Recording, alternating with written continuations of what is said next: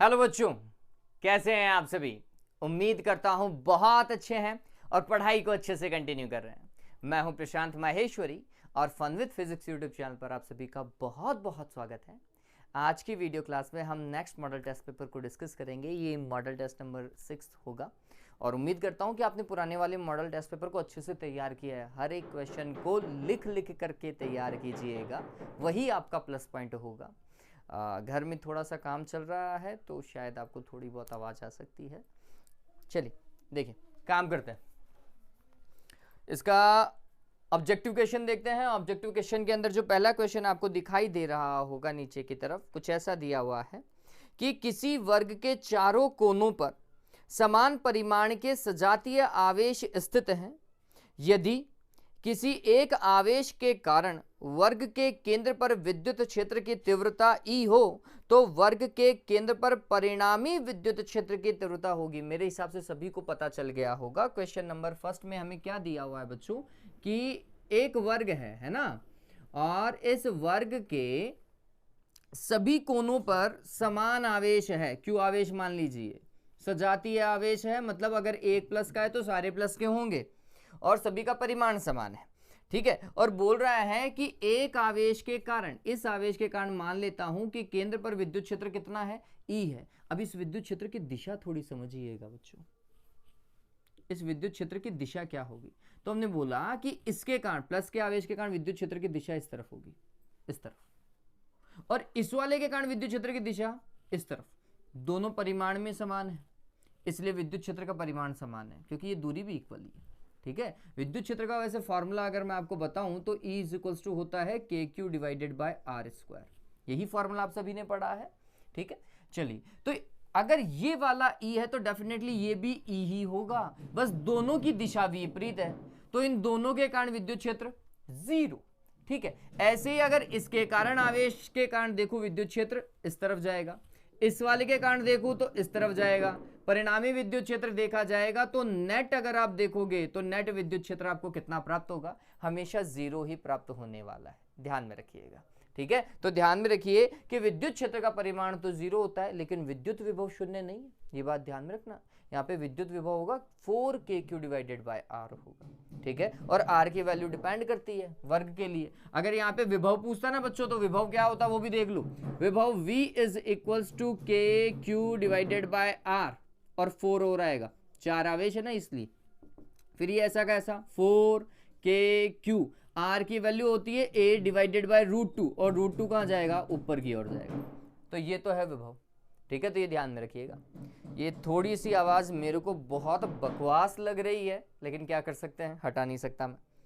चलिए, जो बाहर से आपको आवाज़ आ रही होगी उसकी बात कर रहा हूँ, मेरी आवाज़ तो मेरे को बहुत पसंद है। ठीक है, आगे तो नेक्स्ट क्वेश्चन देखिए बच्चों, क्या बोल रहा है। R1 तथा R2 त्रिज्या के दो आवेशित चालक गोले समान विभव पर हैं, तब उनके पृष्ठीय आवेश घनत्वों का अनुपात क्या होगा।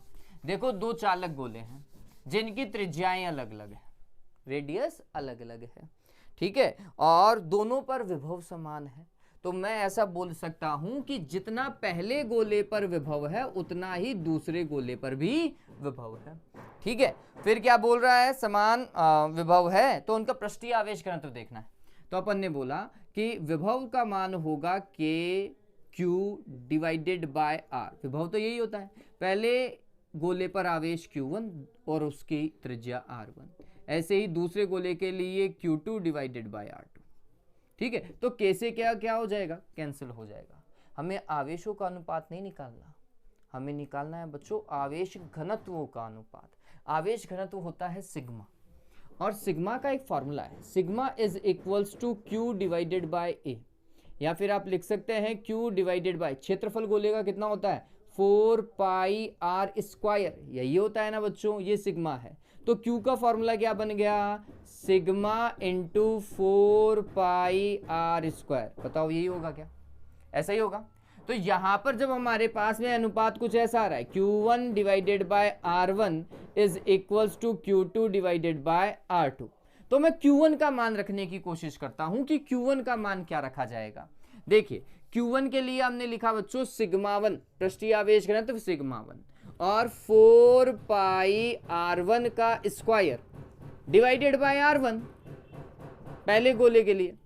दूसरे के लिए क्या लिखेंगे, सिग्मा 2 4 पाई R2 का स्क्वायर डिवाइडेड बाय R2। ऐसा ही होगा, R1 से R1 कैंसिल, R2 से R2 कैंसिल, 4 पाई से 4 पाई कैंसिल।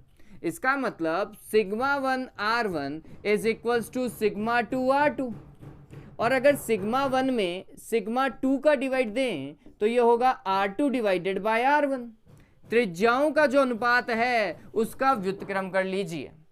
त्रिज्याओं के अनुपात का क्या करना पड़ेगा, व्युत्क्रम करना पड़ेगा। सॉल्यूशन है इसका, ठीक है। तो ये ऑप्शन आएगा। देखिए कौन सा बैठ रहा है, ए बैठ रहा है, ए लगा लीजिए, है ना।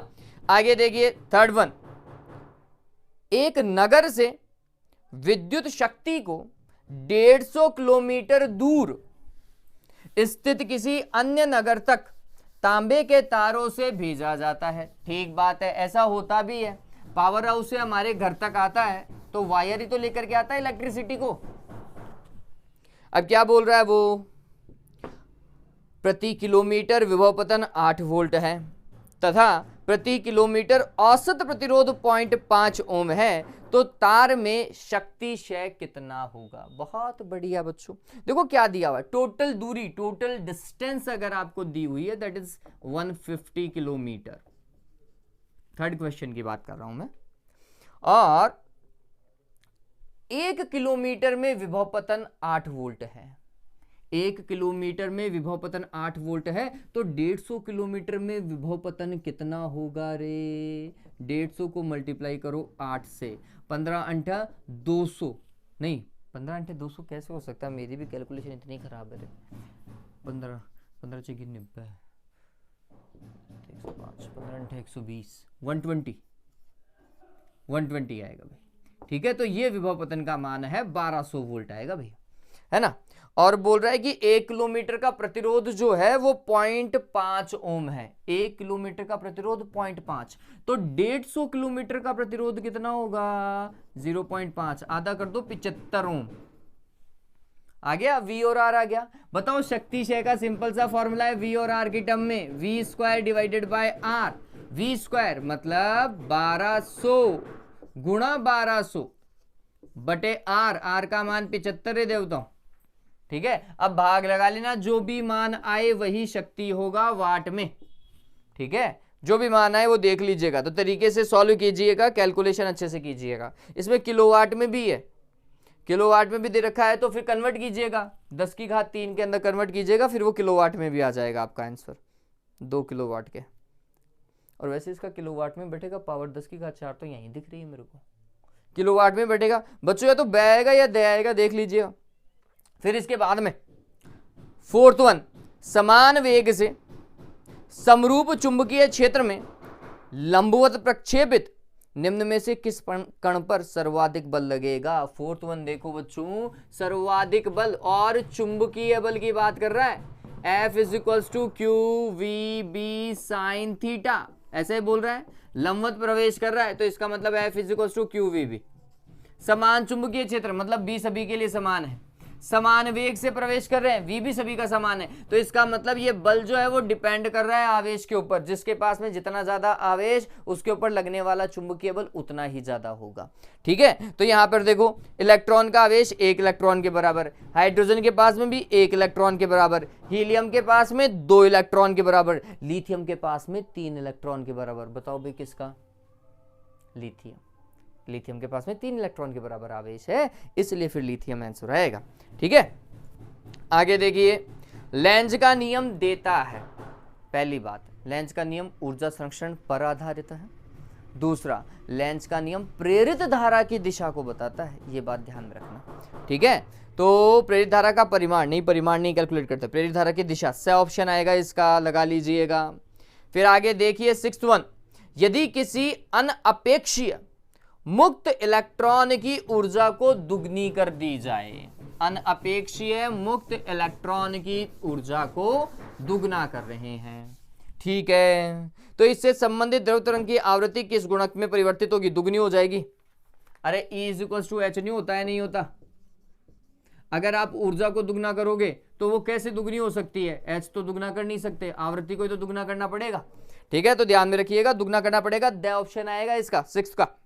आगे देखिए, निम्नलिखित में से सर्वाधिक बंधन ऊर्जा प्रति न्यूक्लियन का नाभिक है। बताओ सर्वाधिक बंधन ऊर्जा पर न्यूक्लियन किसकी होती है, Fe की 56, Fe56, ध्यान में रखना। आगे देखिए, चित्र में प्रदर्शित 2 नैंड गेट द्वारों का प्राप्त तर्क द्वार होगा। मेरे हिसाब से क्वेश्चन अपन कर चुके हैं। अगर 2 NAND gate back to back लगेंगे तो क्या प्राप्त होगा, एंड गेट प्राप्त होगा। अरे देवताओं, ऐसा ही होगा क्या, ये ए और ये बी है, तो यहाँ पे क्या बनेगा, ए बी का बार, फिर वापस से एक और ऐसा लगा दिया AND gate, sorry NAND gate, उल्टा है, वापस से उल्टा करो, ए बी आएगा क्या, ए बी मल्टीप्लाई वाला सिर्फ और सिर्फ एंड गेट ही था, हो रहा है, ध्यान में रखना। कार्बन तथा सिलिकॉन दोनों की जालक संरचनाएं समान हैं। प्रत्येक में 4 आवश्यक इलेक्ट्रॉन होते हैं, परंतु कार्बन एक विसंवाहक अर्थात विद्युत रोधी तथा सिलिकॉन एक अर्धचालक है, क्योंकि अब आपको इसमें से ऑप्शन चूज करना है। देखिए, अगर ये सवाल बिल्कुल सीधा सीधा आता, इसमें ऑब्जेक्टिव क्वेश्चन नहीं होता, तो इसका आंसर आपको कुछ ऐसा देना चाहिए था। समझिए, पहले मैं आपको बता रहा हूँ कि 1 नंबर का अगर सीधा सवाल आता तो हम क्या करते, तो हम बोलते हैं कि भैया अगर हम कार्बन के लिए डेल Eg देख रहे हैं, किसके लिए, कार्बन के लिए, कार्बन के लिए वर्जित ऊर्जा अंतराल का मान होता है लगभग 5.5 इलेक्ट्रॉन वोल्ट, जबकि सिलिकॉन के लिए अगर डेल Eg देखा जाए, वर्जित ऊर्जा अंतराल का मान देखा जाए, वो होता है 1.1 इलेक्ट्रॉन वोल्ट। इतना कम होता है, बहुत कम है, कार्बन की तुलना में तो बहुत कम है सिलिकॉन में। ठीक है, इसका मतलब ये है कि सिलिकॉन से इलेक्ट्रॉन को बाहर निकालने के लिए आपको कम ऊर्जा की आवश्यकता है, जबकि कार्बन से इलेक्ट्रॉन को मुक्त कराने के लिए अधिक ऊर्जा की आवश्यकता है। ठीक है, तो ये बात ध्यान में रखिएगा। इसलिए सिलिकॉन एक अर्धचालक है, जबकि कार्बन एक कुचालक है। ठीक, अब इसका दूसरा तरीका हम कैसा देख सकते हैं कि भैया हम आसानी से क्यों निकाल सकते हैं। इसका रीजन ये है कि कार्बन में, देखो मैं क्या बोल रहा था, कार्बक कैसे आ गया, देखो कार्बन में क्या होता है, ये जो लास्ट के जो 4 इलेक्ट्रॉन होते हैं ना, जिन्हें आप संयोजक इलेक्ट्रॉन बोलते हैं, वो 4 इलेक्ट्रॉन होते हैं दूसरे कक्षक में। कौन से कक्षक में होते हैं, कार्बन में दूसरे में होते हैं, जबकि सिलिकॉन में अगर आप देखेंगे तो वही 4 इलेक्ट्रॉन होते हैं तीसरे कक्षक के अंदर, थर्ड कक्षक में। ठीक है, मतलब इलेक्ट्रॉन जो है, संयोजक इलेक्ट्रॉन जो है, वो दूर है नाभिक से, दूर है तो आसानी से निकाल सकते हो आप, है ना, आकर्षण बल कम लगेगा, इसलिए आसानी से निकाल सकते हैं। कुछ बच्चे बोलेंगे कि सर कैसे दूसरे कक्षक में, तो देखो पहले कक्षक में 2 और दूसरे में 4, कार्बन में तो ऐसा, सिलिकॉन के अंदर कैसा, पहले में 2, दूसरे में 8 और तीसरे में 4, कुछ ऐसा। तो आप गौर कीजिए, कार्बन में दूसरे में 4 कक्षक है, जबकि सिलिकॉन में तीसरे कक्षक में 4 इलेक्ट्रॉन है, ध्यान में रखना। तो ये ध्यान में रखिएगा। तो इसका ऑप्शन अगर आप पढ़ेंगे तो आपको ये थोड़ा सही दिखाई देगा कि कार्बन में 4 बंधक इलेक्ट्रॉन जो है वो दूसरे कक्षक में है या द्वितीय कक्षा में है, जबकि सिलिकॉन में तीसरी कक्षा में होते हैं। यही इसका सही सॉल्यूशन है बच्चों। ठीक है, स ऑप्शन आएगा। तो मेरे हिसाब से समझ में आ गया होगा किस तरीके से काम करना है। चलिए नेक्स्ट क्वेश्चन की तरफ अपन चलते हैं। ये क्वेश्चन रिक्त स्थान की पूर्ति करो वाला सवाल है और अच्छे सवाल है ये। देखो क्या बोल रहा है, चालक के अंदर विद्युत क्षेत्र, आप सभी को पता होना चाहिए चालकों में विद्युत क्षेत्र होता है 0, भीतर कितना होता है, 0 होता है। फिर विभव मापी को वोल्ट मीटर कहते हैं। कौन सा वोल्ट मीटर बोलते हैं बच्चों, आदर्श वोल्ट मीटर बोलते हैं। ठीक है, ऊर्जा संरक्षण के नियम के अनुकूल है। देवताओं 2 नियम है जो आपने पढ़े हैं, वैसे तो लगभग नियम ऊर्जा संरक्षण के नियम के अनुकूल ही है, लेकिन अगर आपको बोला जाए तो 2 नियम में लिख सकता हूं। एक तो है लेंज का नियम। किसका बच्चों, लेंज का नियम। यहां पे लेंज का नियम भरा जा सकता था, वो ऊर्जा संरक्षण के नियम के अनुकूल है। एक आपने किरचॉफ का द्वितीय नियम पढ़ा है, केवीएल, किरचॉफ वोल्टेज लॉ, है ना, किरचॉफ का वोल्टा का नियम, ये भी ऊर्जा संरक्षण के नियम का अनुकूल है, ध्यान में रखिए। वैसे लेंज का नियम भर दीजिएगा, क्योंकि ये जो तीसरे नंबर का जो क्या कहते हैं इसको, रिक्त स्थान की पूर्ति करो वाला जो क्वेश्चन है बच्चों, वो EMI से ही पूछा गया है। ठीक है, आगे देखिए, इलेक्ट्रॉन की गतिशीलता होल की गतिशीलता से अधिक होती है बच्चों। क्या होती है, अधिक होती है, ध्यान में रखिएगा। ठीक है, ये गतिशीलता को म्यू से डिफाइन करते हैं ना, तो इलेक्ट्रॉन की गतिशीलता ज्यादा होती है किससे? होल्स से। E2 डिवाइडेड बाय m बोलते हैं। फॉर्मूला क्या होता है? E2 divide by m। जिसका द्रव्यमान कम होता है उसकी गतिशीलता ज्यादा होती है और इलेक्ट्रॉन का द्रव्यमान कम है। ध्यान में रखेंगे अपन इतना तो, ठीक है। चलिए आगे देखिए, नेक्स्ट वन क्या बोल रहा है? विभवमापी के तार में लंबे समय तक विद्युत धारा क्यों प्रवाहित नहीं की जानी चाहिए? विभवमापी होता या फिर यहाँ पर मीटर ब्रिज होता, दोनों के लिए मैं एक ही तरीके का मेथड बताने की कोशिश करता हूँ। देखिए, अगर धारा आप अधिक समय तक प्रवाहित कराएंगे तो धारा अधिक समय प्रवाहित करवाने पर तार का जो प्रतिरोध है बच्चों वो चेंज हो जाएगा। तार का प्रतिरोध क्या हो जाएगा? चेंज हो जाएगा। और विभवमापी में प्रतिरोध चेंज हो जाने से विभव प्रवणता चेंज हो जाती है। कैसे लिखते हैं भाई? विभव प्रवणता का फॉर्मूला पढ़ा है आपने? VAB divided by capital L लिखते हैं बच्चों। और VAB का फॉर्मूला क्या होता है? IR, और R विभवमापी का प्रतिरोध है डिवाइडेड बाय L। तो ये ध्यान में रखिएगा कि जैसे जैसे तार में ज़्यादा देर तक धारा प्रवाहित होती है, धारा प्रवाहित होने से उसका टेम्परेचर चेंज हो जाता है, तापमान चेंज होता है, तापमान चेंज होने से प्रतिरोध चेंज होता है और प्रतिरोध के चेंज होने से विभव प्रवणता चेंज हो जाती है। इसलिए हमें ज़्यादा देर तक धारा प्रवाहित नहीं करनी चाहिए। पता चला? फिर आगे देखिए, विद्युत क्षेत्र की विमाएं तथा मात्रक लिखो। देखो विद्युत नहीं है, चुंबकीय क्षेत्र में गलत पड़ गया, मैग्नेटिक फील्ड है। मैग्नेटिक फील्ड की जो यूनिट है बच्चों वो है टेस्ला। ऐसा यूनिट क्या है बच्चों? टेस्ला है, आप सभी को पता होगा। फिर इसकी विमा कैसे कैलकुलेट की जा सकती है उसका एक तरीका है हमारे पास में। क्या भाई? चुंबकीय बल का एक फॉर्मूला है F = QVB sin थीटा। मैं यहाँ पे QVB लिख रहा हूँ, इसी से काम चल जाएगा अपना। तो B = क्या होगा बच्चों? F डिवाइडेड बाय QV होगा, नहीं होगा? ऐसा ही होगा। चलिए, बल की विमा कितनी होती है? आंसर है M1 L1 T-2। बताओ ऐसा ही होता है क्या? आवेश के लिए देखिए, आवेश के लिए होता है A1 T1 और वेग के लिए होता है L1 T-1।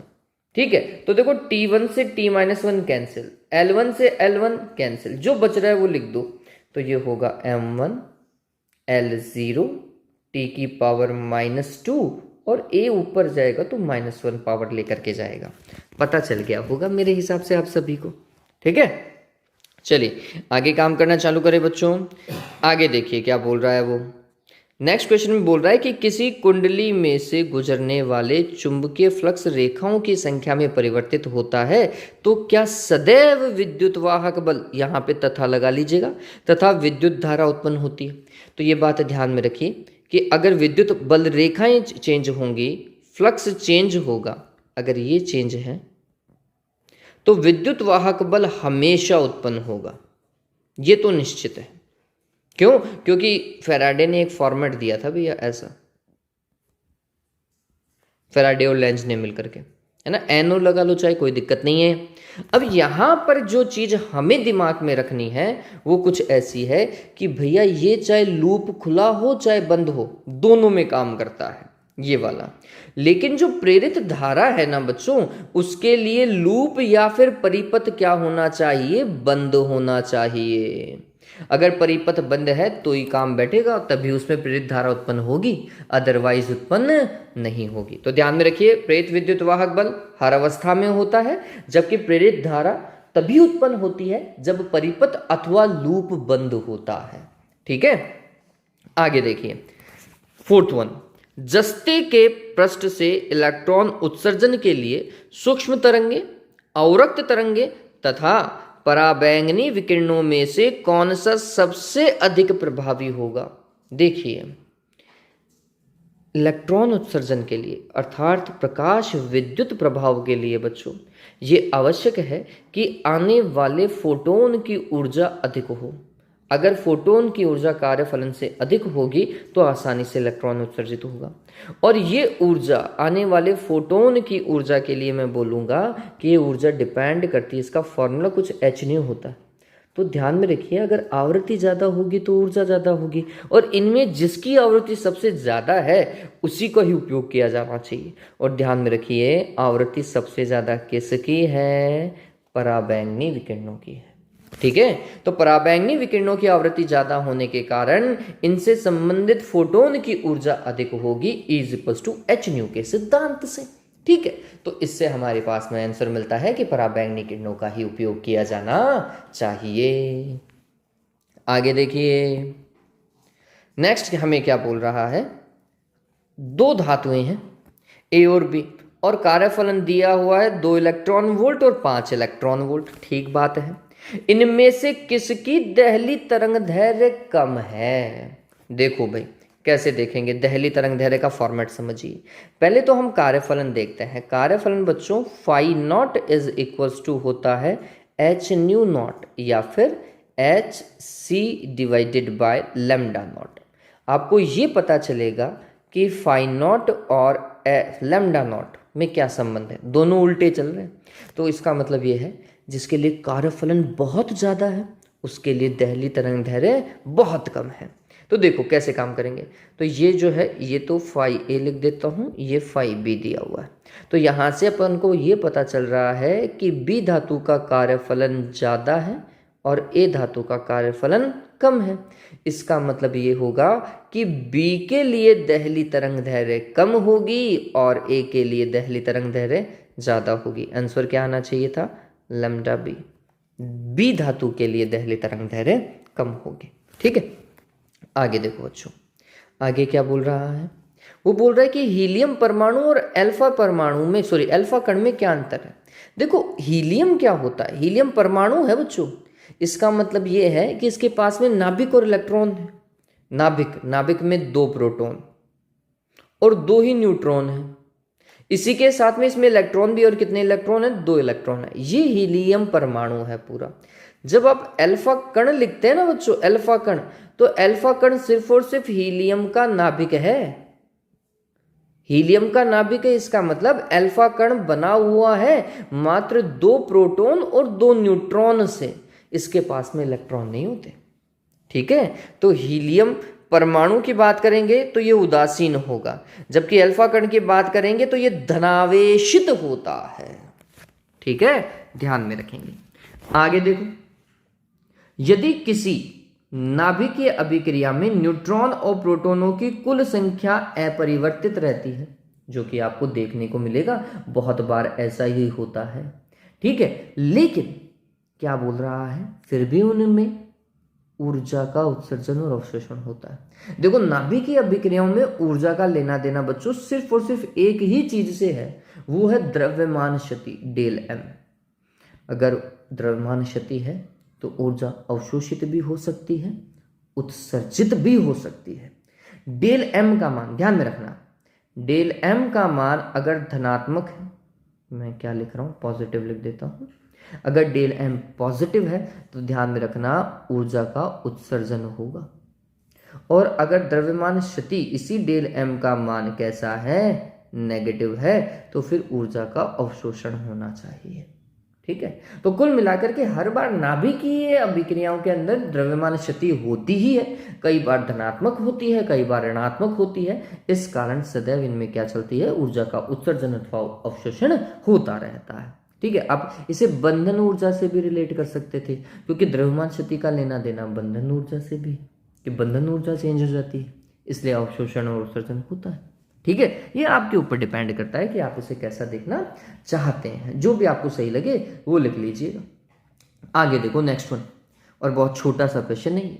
एलईडी बनाने के लिए उपयोग में लिए जाने वाले अपमिश्रित अर्धचालक का नाम। देखो, नॉर्मली 2 आसानी से याद रहते हैं। एक है गैलियम आर्सेनाइड, GaAs। ठीक है, एक है गैलियम आर्सेनाइड फास्फाइड, GaAsP। ठीक है, तो इन दोनों में से जो भी आपको आसानी से याद रहे वो याद रख लीजिएगा, काम बैठ जाएगा। आगे देखो, फोर्थ वन क्या बोल रहा है? संक्षेप में व्याख्या कीजिए कि जब समांतर पट्टिका संधारित्र को डीसी स्रोत से जोड़ा जाता है तो वह संधारित्र किस प्रकार आवेशित होता है। भैया देखो, जब आप डीसी स्रोत से जोड़ते हो ना, ऐसा यूं, ठीक। तो ये वाली प्लेट क्या होने लगती है, पॉजिटिव होने लगती है, और उतने ही परिमाण में प्रेरण के कारण यहां पर क्या आ जाता है, नेगेटिव चार्ज आ जाता है। इस तरीके से क्या काम होता है बच्चों, समांतर प्लेट संधारित्र की प्लेटें चार्ज हो जाती हैं, ध्यान में रखिएगा। ठीक है, तो ये एक तरीका है जिससे आप आसानी से बोल सकते हो। अदरवाइज आप ऐसा ना बोलो तो आप बोलोगे कि इसमें होता क्या है कि एक प्लेट पहले से धनावेशित प्लेट से जुड़ी हुई होती है, बैटरी के धनावेशित से जुड़ी हुई, तो ये तो प्लस की हो जाती है।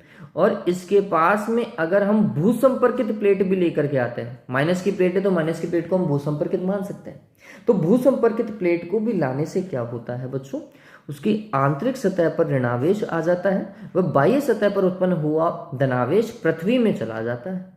ठीक है, इस प्रकार यह ऋणावेश प्रारंभिक प्लेट के विभव में कमी लाता है। विभव में कमी लाने से उस प्लेट की धारिता बढ़ जाती है। धारिता बढ़ जाने के कारण उसमें आवेश को ग्रहण करने की क्षमता भी बढ़ जाती है। ठीक है, कुछ ऐसा भी आप लिख सकते थे, ये आपके ऊपर डिपेंड करता है। आगे देखिए ये क्वेश्चन थोड़ा सा छोटा दिखाई दे रहा होगा। क्या बोल रहा है, मैं रीड आउट कर रहा हूं।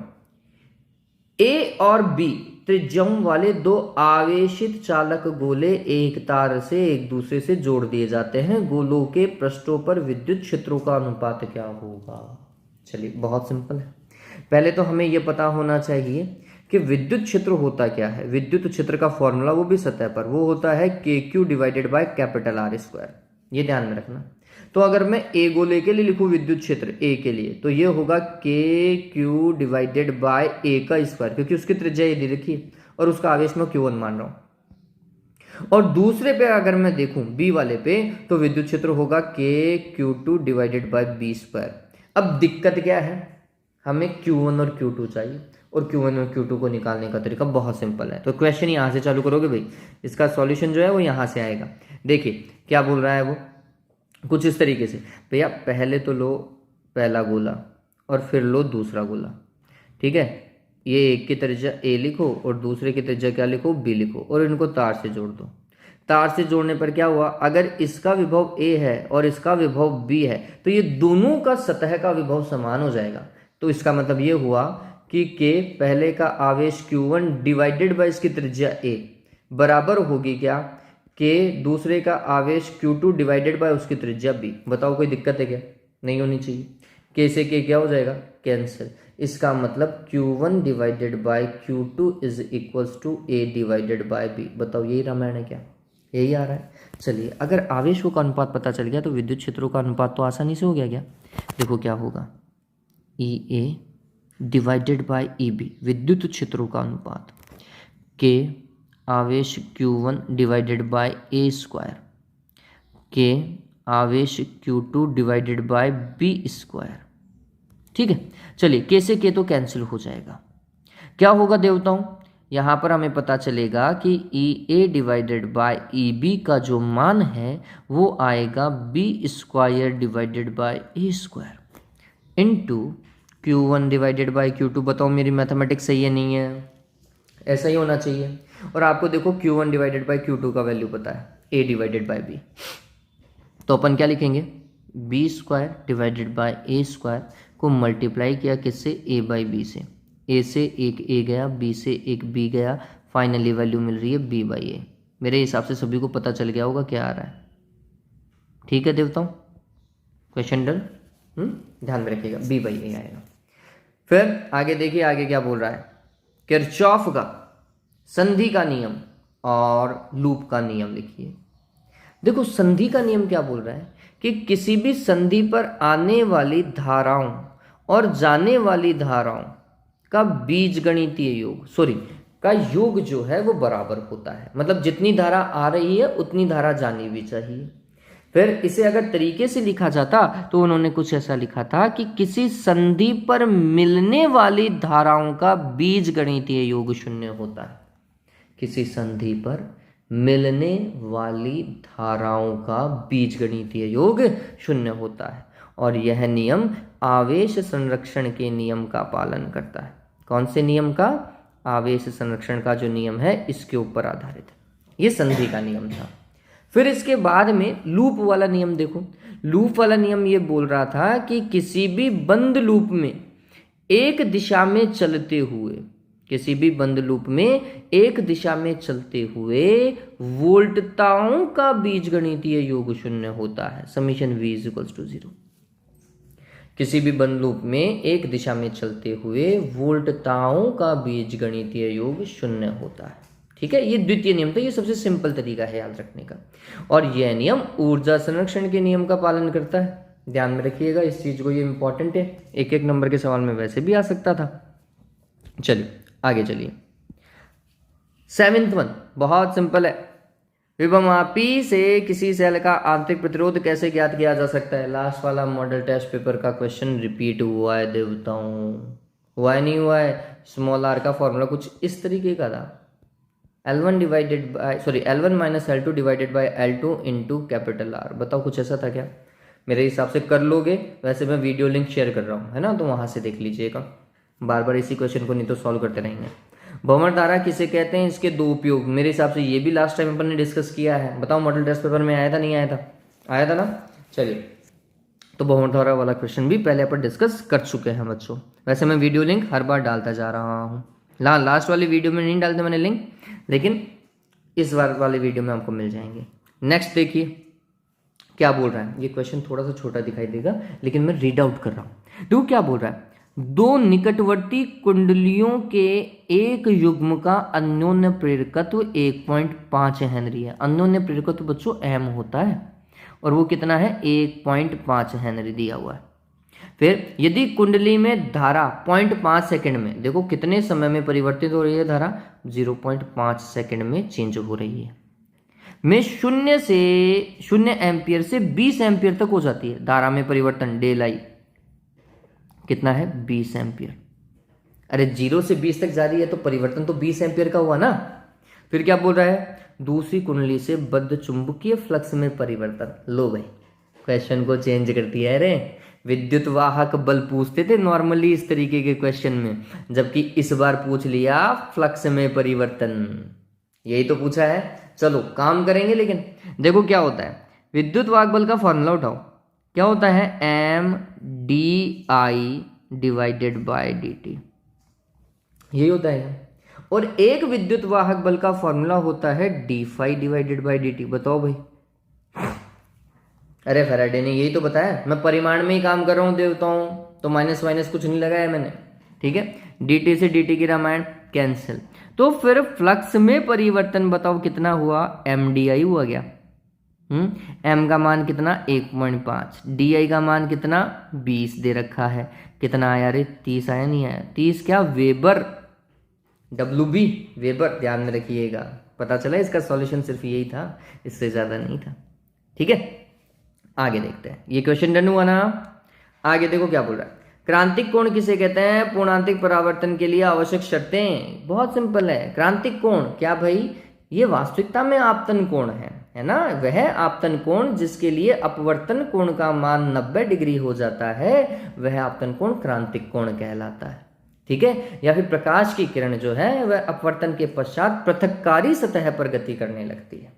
ठीक, फिर पूर्णांतिक परावर्तन के लिए आवश्यक शर्त क्या है? जो प्रकाश की किरण है वो डेंसर मीडियम से रेयर मीडियम में जानी चाहिए, मतलब सघन माध्यम से विरल माध्यम की ओर गति करनी जानी चाहिए। फिर दूसरा, आपतन कोण का मान जो है वह क्रांतिक कोण से अधिक होना चाहिए। ठीक है, कुछ इस तरीके से काम होगा। आगे शर्तें हो गई ना। वर्ण विक्षेपण क्या है? विक्षेपण का कार्य। ये बहुत अच्छा क्वेश्चन है। देखिए, वर्ण विक्षेपण क्या चीज है? हम इसे सिंपली ऐसा समझ सकते हैं कि व्हाइट कलर जो होता है ना, व्हाइट लाइट, वो अपने 7 कलर में डिवाइड हो जाती है। कुछ यही 7 कलर है। ठीक है, तो हमने कुछ ऐसा बोला कि जब श्वेत प्रकाश किसी प्रिज्म पर आपतित होता है तो वह अपने मूलभूत 7 रंगों में विभक्त हो जाता है, और यही क्या कहलाता है? वर्ण विक्षेपण कहलाता है। ठीक है बात। चलिए, अब इसके बाद में समझिए आगे क्या रामायण है। भाई इसका कारण क्या है? कारण यहां से आप समझ सकते हैं। देखो, आपने एक फॉर्मूला पढ़ा होगा म्यू का। ये चीज मैं वैसे बच्चों को नॉर्मली समझाता हूं, बुक में नहीं दी हुई है। क्या भाई? तरंग दैर्घ्य अलग अलग है तो अपवर्तनांक भी अलग अलग होगा। पदार्थ का अपवर्तनांक हर एक रंग के लिए अलग अलग होता है। ठीक है, और फिर अपवर्तनांक अलग अलग होने से क्या होता है, आपने ये वाला फॉर्मूला भी पढ़ रखा है न्यूनतम विचलन कोण का। अपवर्तनांक अलग अलग होने से विचलन कोण का मान भी चेंज हो जाता है। बात समझ में आई क्या? तो सबसे पहले हर एक रंग के लिए अपवर्तनांक अलग होता है और अपवर्तनांक अलग होने के कारण विचलन कोण का मान अलग अलग होता है। अतः हर एक रंग अलग अलग कोण से विचलित होता है और यही कारण है कि वह अलग अलग भागों में विभक्त हो जाता है। ठीक है, ध्यान में रखेंगे। फिर देखिए 12th नंबर का क्वेश्चन क्या बोल रहा है। दर्पण सूत्र का प्रयोग करते हुए व्याख्या कीजिए कि उत्तल दर्पण सदैव ही बिंब का आभासी प्रतिबिंब बनाता है। देखिए आभासी प्रतिबिंब इमेजिनरी जो वैल्यू है या वर्चुअल इमेज है, उसके लिए हमारे पास में एक तरीका है। हम बोलते हैं कि अगर रेखीय आवर्धन मैग्निफिकेशन कैसा आ जाए, पॉजिटिव आ जाए। अगर मैग्निफिकेशन पॉजिटिव है, आभासी। यदि v का मान, दर्पण के लिए बोल रहा हूं, ये और ध्यान में रख लो, और v का मान पॉजिटिव आ जाए तो भी क्या होगा, आभासी होगा। दो तरीके हैं आभासी देखने के लिए दर्पणों में, एक तो v का मान धनात्मक आ जाए या फिर m का मान धनात्मक आ जाए। ठीक है बात। अब देखो यहां पर काम कैसे कर सकते हैं। काम के लिए हमने बोला कि भैया ये बहुत सिंपल है, आप लिखिए एक बार के लिए 1/f is equals to 1/v minus 1/u। Sorry minus नहीं आएगा, यहाँ पे प्लस आएगा, दर्पण समीकरण यही होता है। फिर यहां से v का वैल्यू निकालो तो ये होगा 1/f minus 1/u is equals to 1/v। ठीक है, सॉल्यूशन कीजिए तो ये कुछ ऐसा आएगा, u और f यहाँ पे मल्टीप्लाई हो जाएगा, ये u माइनस f होगा इज इक्वल्स टू 1/v। ठीक है बात। चलिए तो फिर v का फॉर्मेट क्या हुआ, v इज इक्वल्स टू आ रहा है u minus f divided by uf। Sorry ये f लिखना चाहिए था, मैंने f नहीं लिखा। अब उत्तल दर्पण की बात करते हैं। उत्तल दर्पण के लिए f का मान पॉजिटिव होता है, ध्यान में रखना, ये उत्तल दर्पण की खास बात है। और u का मान अगर वस्तु रियल है तो फिर माइनस का होगा, सभी के लिए माइनस का ही होता है। ठीक है, नेगेटिव है। चलिए तो मैं इसे बोल रहा हूं पॉजिटिव x और इसे मैं बोल रहा हूं माइनस का y।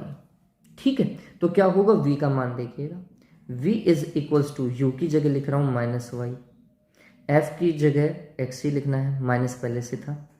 फिर u की जगह मैं लिख रहा हूं माइनस का y और f की जगह मैं लिख रहा हूं प्लस का x।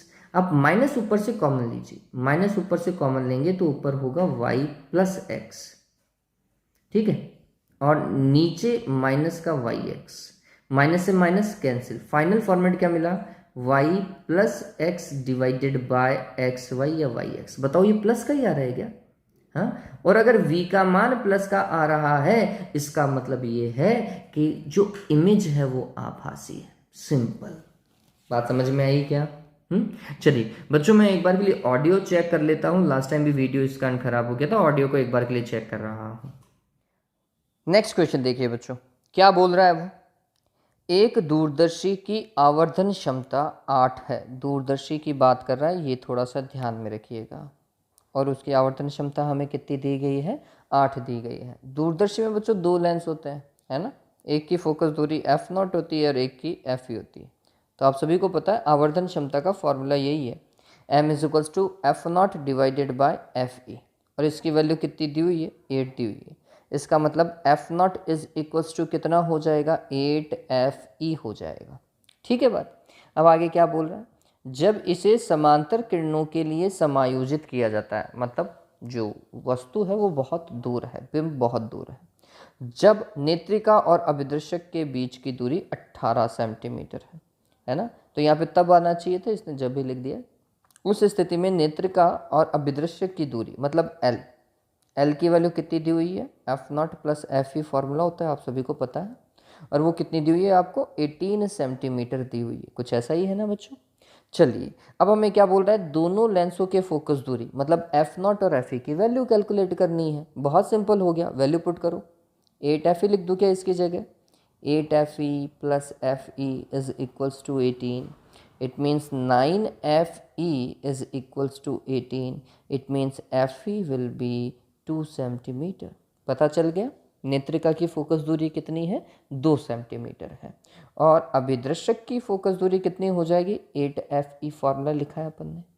8 ऐसा का ऐसा, FE की वैल्यू 2 कैलकुलेट की थी, इसका मतलब 16 सेंटीमीटर किसके लिए है बच्चों? अभिदर्शक के लिए। ठीक है बात। आगे देखिए, नाभिकीय भट्टी में होने वाली प्रक्रिया को एक स्वच्छ व नामांकित चित्र देते हुए समझाइए। नाभिकीय भट्टी एक अच्छा पॉइंट है बच्चों, और इसके लिए मैं आपको एक बार के लिए लिंक सेंड कर दूंगा डिस्क्रिप्शन, प्लीज़ देखिएगा इसका। नेक्स्ट देखिए क्या बोल रहा है। वो कुछ बोल रहा है कि बीटाशय के लिए ट्राइटियम की अर्धायु, ट्राइटियम की अर्धायु को प्रदर्शित करने के लिए बच्चों हम टी यूज़ करते हैं, और टी की वैल्यू कितनी दे रखी है? 12.5 वर्ष दे रखी है। ठीक है, और 25 वर्ष बाद कितना भाग शेष रहेगा? मतलब सक्रिय नाभिकों की संख्या पूछ रहा है 25 साल बाद। देखिए टी की वैल्यू, टोटल समय कितना दिया हुआ है? 25 ईयर्स दिया हुआ है, 25 वर्ष दिया हुआ है। तो अर्ध आयु कालों की संख्या, इसके लिए हमने एक फॉर्मूला लिखा था, small T is equals to small N into capital T. It means small N is equals to small T divided by capital T. Small T की वैल्यू 25 है, कैपिटल टी के 12.5 है। बताओ भाई कितना आएगा? 2 आएगा क्या? 2 अर्धायु काल बीत गए, 2 अर्धायु काल बीत गए। इसका मतलब ये होने वाला है कि सक्रिय नाभिकों की संख्या के लिए फॉर्मूला होता है N not divided by 2 the power N, यही होता है। चलिए एन नॉट तो सक्रिय, प्रारंभिक सक्रिय नाभिकों की संख्या है, और 2 दी पावर एन की जगह 2 दी पावर 2 लिख दीजिए, तो N is equals to N not divided by 4। इसका मतलब क्या हुआ? प्रारंभ का 1/4, है ना। प्रारंभ का 1/4 मतलब प्रारंभ का सिर्फ 25% ही रहेगा।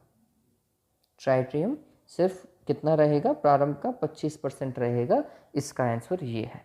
ठीक है, चलिए आगे देखिए, टोरॉइड की संरचना कैसी होती है? आप सभी को पता है, ये एक वलय समान संरचना होती है, एंडलेस सोलेनॉइड बोलते हैं, है ना। अंतहीन परिनालिका ही टोरॉइड होती है, वृत्ताकार संरचना होती है। इसके लिए मैंने पूरा का पूरा अच्छे से वीडियो बनाया है, जिसमें ये लास्ट वाला जो क्वेश्चन आप देख रहे हैं ना, दर्शाइए कि टोरॉइड के भीतर खुले क्षेत्र में और टोरॉइड के बाहर विद्युत क्षेत्र शून्य होता है। ये भी अपन ने उसी वीडियो में डिस्कस किया है, तो मैं लिंक शेयर जरूर करूँगा इसका। ठीक है, चलिए आगे देखिए, साइक्लोट्रॉन की क्रियाविधि, साइक्लोट्रॉन वाला भी क्वेश्चन का मैं लिंक आपको शेयर कर दूंगा, वो प्लीज़ देखिएगा बच्चों। चलिए आगे देखते हैं, नेक्स्ट क्वेश्चन की तरफ मूव करते हैं अपन। देखो आगे क्या बोल रहा है, अपवर्ती दूरदर्शी का क्वेश्चन है ना। अपवर्ती दूरदर्शी, अपवर्ती कौन सी? जिसमें दोनों लेंस का उपयोग होता है, 2 लेंस है। ठीक है, खगोलीय दूरदर्शी जिससे हम बना सकते थे कुछ ऐसा। ठीक, एक बड़ा लेंस होता है, एक छोटा लेंस होता है, ये वाला अभिदर्शक होता है, और ये नेत्रिका होता है। ठीक है, फिर किरणारेख बनाना है, कोणीय आवर्धन का सूत्र, इसके लिए कोणीय आवर्धन का सूत्र कितना होता है? अभी थोड़ी देर पहले क्वेश्चन किया है अपन ने, बताओ भाई ये लिखा था क्या? चलिए फिर देखिए, अधिक विभेदन प्राप्त करने के लिए आवश्यक शर्त क्या होनी चाहिए? विभेदन क्षमता पूछ रहा है। मतलब अगर 2 चीज़ें, 2 वस्तुएं बिल्कुल पास पास हैं, बहुत ज़्यादा पास पास हैं, तो उनका बनने वाला प्रतिबिंब भी अलग अलग होना चाहिए। 2 चीज़ें हैं तो 2 प्रतिबिंब हो, ऐसा नहीं है कि दोनों का एक ही प्रतिबिंब हो जाए। ठीक है, तो विभेदन क्षमता का मतलब अगर 2 चीज़ें हैं तो उनके 2 प्रतिबिंब, 3 हैं तो उनके 3 अलग अलग और सुस्पष्ट प्रतिबिंब बनना ही विभेदन क्षमता है। अब यहाँ पे विभेदन क्षमता कैसे बढ़ाई जा सकती है? इसके हम 2 तरीके दे सकते हैं। पहला क्या, ये जो अभिदर्शक लेंस है ना, इसको जितना बड़ा लेंगे, जितना इसकी हाइट होगी, जितना इसका द्वारक होगा ना, उतनी विभेदन क्षमता अधिक होगी। तो हम बोलते हैं अभिदर्शक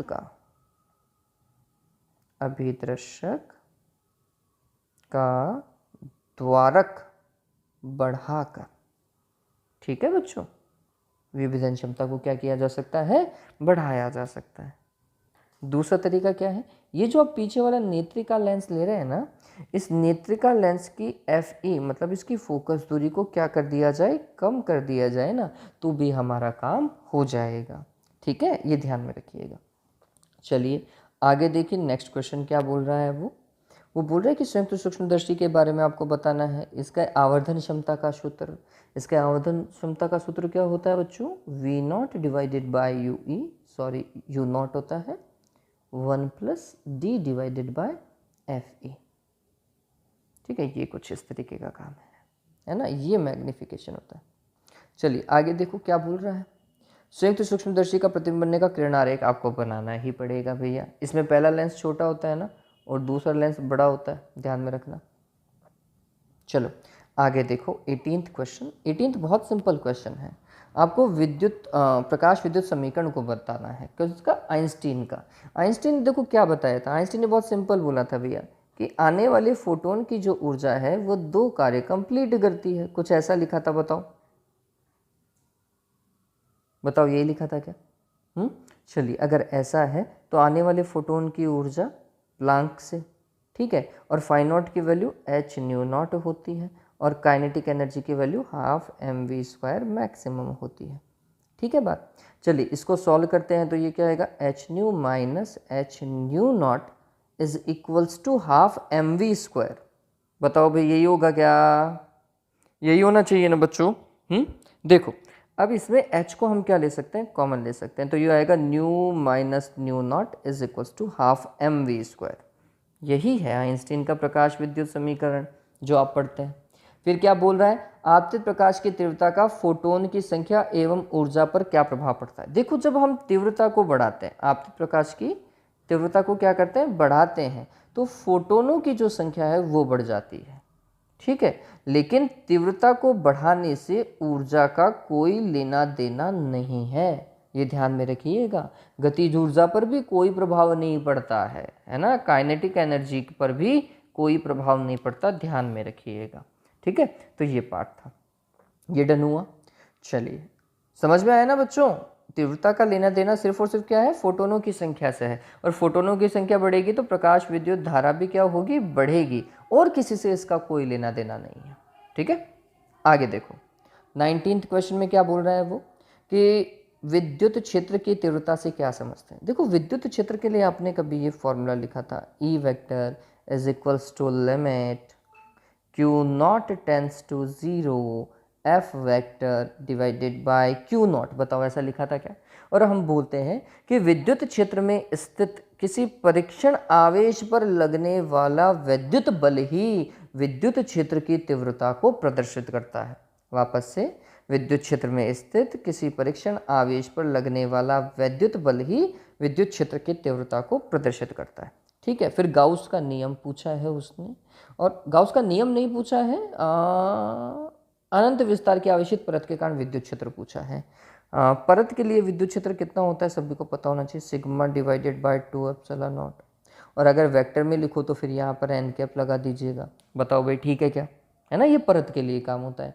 ग्राफ भी पूछ सकता था कि दूरी और विद्युत क्षेत्र में क्या ग्राफ होता, ई और आर में क्या ग्राफ होता, तो बताओ इस फॉर्मूला के अंदर कहीं आ रहा है क्या, नहीं, तो ये ग्राफ ऐसा जाता, निर्भर ही नहीं करता। ठीक है, फिर आगे देखिए गाउस के नियम का कथन सभी को पता है, फाई इज इक्वल्स टू क्या होना चाहिए, summation Q divided by epsilon not होना चाहिए, कि किसी बंद पृष्ठ से संबंधित विद्युत फ्लक्स उस बंद पृष्ठ से परिबद्ध संपूर्ण आवेशों के बीजगणितीय योग तथा निर्वात की विद्युतशीलता के अनुपात के तुल्य होता है। ये गाउस का कथन था। ठीक है, और फिर क्वेश्चन में बोल रहा है उपयोग करते हुए एक्स दूरी है, इस बार ध्यान में रखना, विद्युत क्षेत्र क्या था 2k lambda divided by are लिख रहे थे, कि इस बार x लिखेंगे क्योंकि क्वेश्चन में x दिया हुआ है। ठीक है, r की जगह x यूज कीजिएगा बच्चों। ठीक है, ग्राफ पूछ सकता था e और x के बीच में, e और x के बीच में ग्राफ कैसा जाएगा भाई, इस बार दूरी के साथ में ग्राफ व्युत्क्रमानुपाती का जाएगा क्या, पूछ सकता था, पूछा नहीं है उसने, लेकिन ध्यान में रखिएगा कि ये ग्राफ ऐसा जाता है। ठीक है, तो ये क्वेश्चन था 19, एक अच्छा सवाल है।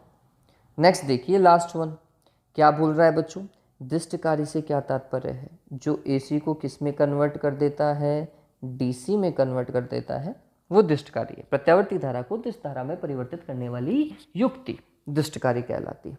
फिर अर्धतरंग दिष्टकारी का नामांकित चित्र मेरे हिसाब से अब तक सभी को आता है। कुछ ऐसा करते हैं क्या, टिंग टिंग टिंग टिंग टिंग टिंग टिंग, ये प्रत्यावर्ती स्रोत लगा दिया, फिर यहाँ पर ट्रांसफार्मर को तरीके से समझाया, है ना, और फिर यहाँ पर डायोड लगा दिया, ये यहाँ पर प्रतिरोध लगा दिया, ये अर्धतरंग दिष्टकारी है।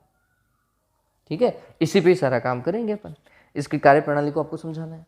फिर ये पूछा कि पूर्ण तरंग दृष्टिकारी से ये क्यों श्रेष्ठ है। रीजन है भैया, अर्ध तरंग दृष्टिकारी प्रत्यावर्ती धारा के मात्र आधे भाग को ही कन्वर्ट कर पाता है ना। अपन ऐसा कोई ग्राफ बनाते हैं ना, इस तरफ टी लिख लूँ, इस तरफ वी इनपुट लिख लूँ, तो अर्ध तरंग दृष्टिकारी में क्या होगा बच्चों, अर्ध तरंग दृष्टिकारी में सिर्फ ये ऐसा ही है, इतना ही। ये आधे भाग को, प्रत्यावर्ती धारा के मात्र आधे भाग को ही कन्वर्ट कर पाता है, ठीक है। जबकि पूर्ण तरंग दृष्टिकारी जो है वह क्या कर पाता है बच्चों, वो देखिए पूर्ण तरंग दृष्टिकारी जो है वह प्रत्यावर्ती धारा के संपूर्ण भाग को दृष्ट धारा में परिवर्तित कर पाता है, यह उसकी क्षमता रखता है, ठीक है।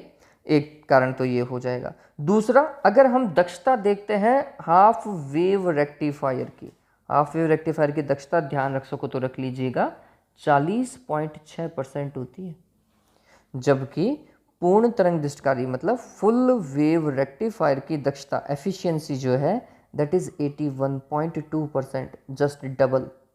ध्यान में रखें, इसलिए हम यूज करते हैं भैया पूर्ण तरंग दृष्टिकारी को, इसलिए वो श्रेष्ठ भी। फिर पीएन संधि का काम है, पीएन संधि वाला बहुत अच्छे से समझा रखा है बच्चों मैंने, ठीक है, तो वहाँ देखेगा। यहाँ पे अभिनति में ग्राफ पूछा है वोल्टा और धारा के मध्य का संबंध बताने वाला, ठीक है, तो वो ध्यान में रखिए। वो ग्राफ कैसा जाता है, कुछ ऐसा ग्राफ बनाया था क्या आपने कभी, यूं फिर यूं, बताओ, इस तरफ आई आएगा, सॉरी, इस तरफ आई फॉरवर्ड बायस, इस तरफ आई रिवर्स बायस, इस तरफ वी फॉरवर्ड बायस, इस तरफ वी रिवर्स बायस, है ना। यहाँ पर अपन वी कट इन वोल्टेज लिखते हैं, यहाँ पे ब्रेक डाउन वोल्टेज लिखते हैं, आई आर माइक्रो एम्पियर में होता है, आई एफ मिली एम्पियर में होता है। कुछ ऐसा काम करते नहीं करते, उम्मीद करता हूँ ये चीज़ आपको पता होगी, ठीक है। तो ये ध्यान में रखिएगा। उम्मीद करता हूँ कि वीडियो अच्छे से रिकॉर्ड हुआ है और आपको अच्छे से समझ में भी आया है, ठीक है। चलिए, have a good day, take care बच्चों, बाय।